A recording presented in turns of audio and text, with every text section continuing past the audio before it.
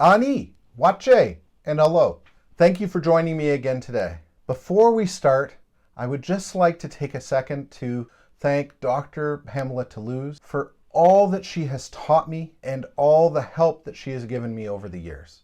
And I would also like to thank the elders and the knowledge keepers who have shared their wisdom and who have taught me over the years.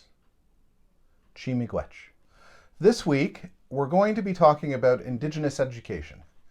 This is the second part of a three-part series.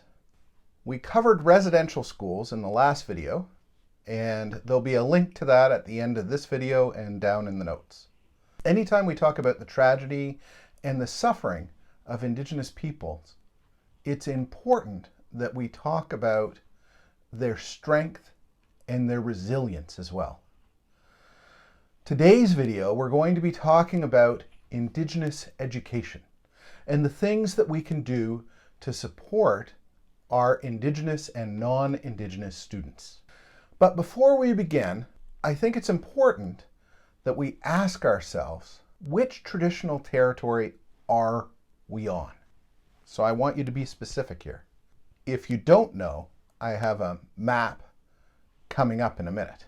Then I want you to ask, what treaty am I living under? Who's affected by this treaty? And then I want you to ask, which communities are situated near me? Are there any reserves in my area? These are questions that you're going to want to ask yourself as a beginning to start to think about indigenizing your classroom. So for me, I'm in Sudbury. So where I live is the land of the Atikamekw, and I am under the Huron-Robinson Treaty. Everyone is under the treaty that is made between Indigenous and non-Indigenous peoples. The only people who are not are the Indigenous people living on unceded land.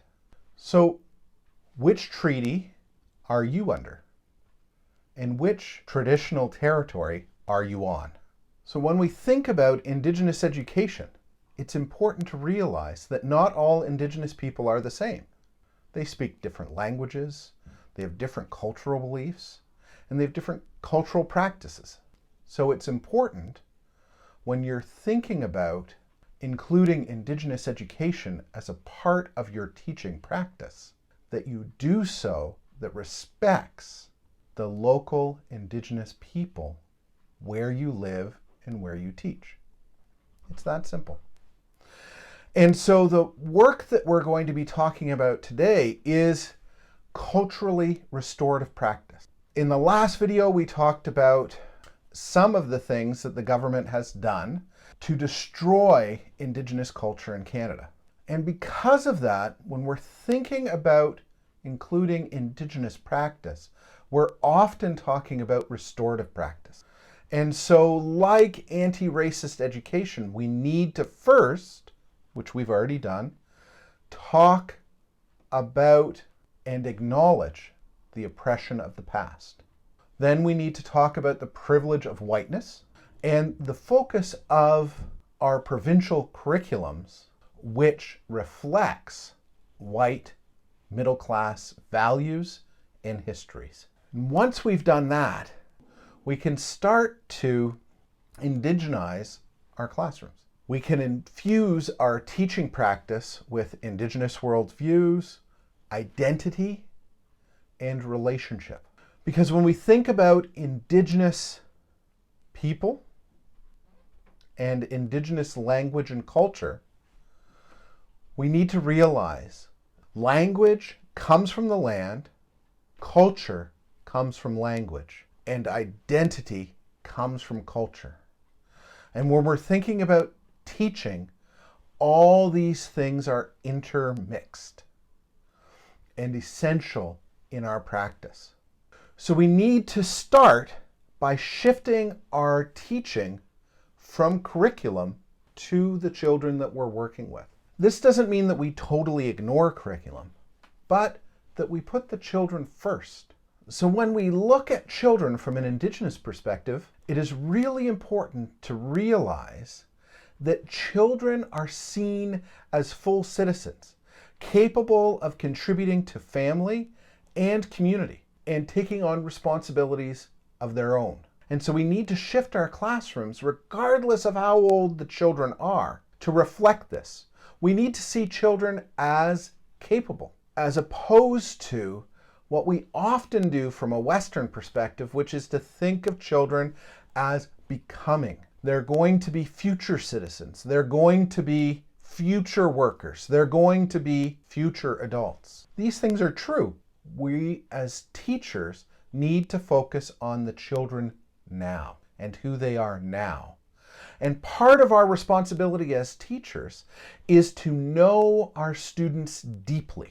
And as we know them deeply, it's our responsibility to try and find the gift that each child has within them. How are they unique and specially gifted for the community and for themselves? And the final thing when we're thinking about the children is that they are always in relation. They're in relation to each other. They're in relation to us as the educators. They're in relation to their human and non-human kin. They're in relation to Mother Earth, and they are in relation to the water and the sky, and in northern climates, to the ice. We are always in relation. It's not about just focusing on the child.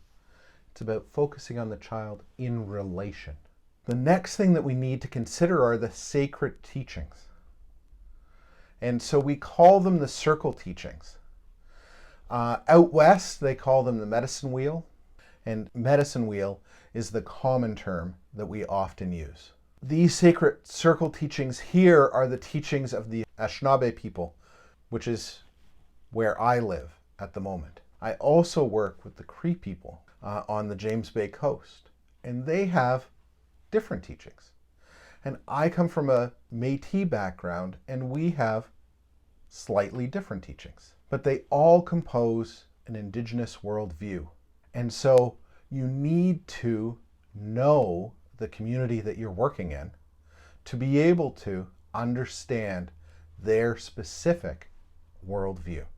And so when we think about the sacred circle teachings, right, this is something that you're probably familiar with as a medicine wheel, right? We need to think in terms of the child as having a mind and, having mental elements, having a physical body, having spiritual connections, and an emotional part to themselves. And it is these four elements that make up the child. Typically, in Western perspective, we really focus on the mind.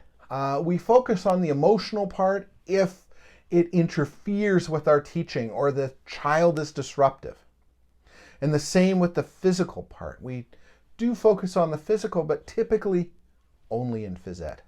And when we think about an Indigenous approach to education, we need to think about all four of these elements and developing all four in the children that we're working with.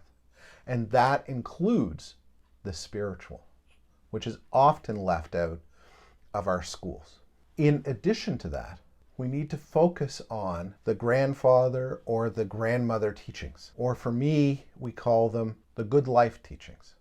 And so these teachings often focus around the ideas of respect, love, truth, courage, wisdom, generosity, and humility. Some Indigenous cultures have less, and some may have more. Once again, you need to know your local community.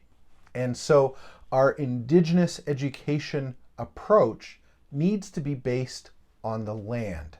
And that means, yes, we need to have a local focus, but we also need to spend time outdoors and in nature. It doesn't matter where you live, if you live in an urban center or if you live in a rural locale, you need to get outside and into nature. Everywhere has pockets of nature. Other places have lots of bush around for you and your students to investigate, to learn about and from, and to be in that place. And so when we go out, we also can bring the outdoors in. And so we bring in elementary classrooms, we bring in stones and twigs and branches and things that we find outside in the woods or in nature. Sometimes we bring creatures into our classrooms, but we only bring those non-human kin that we can care for, and we only bring them in for short periods of time.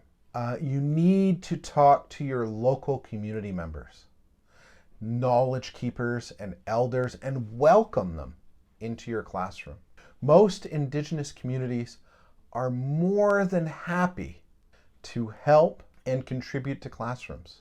If you have Indigenous children in your classroom, you can ask their family members if they are able to contribute and ask their opinions. We need to celebrate Indigenous culture. We need to help our students to see themselves in our classrooms. And we need to include Indigenous languages into our classrooms.